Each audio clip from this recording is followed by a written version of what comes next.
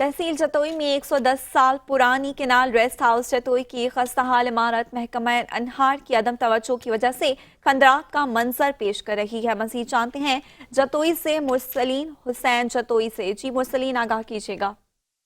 जी, इस वक्त मैं तहसील जतोई में कैनाल रेस्ट हाउस पर मौजूद हूँ। 1912 में तामीर होने वाला 32 कैनाल के रकबे पर मोहित ये जो रेस्ट हाउस है, इंतज़ामिया की अदम तवज्जो की वजह से जो है खंडरात का मंजर पेश कर रहा है।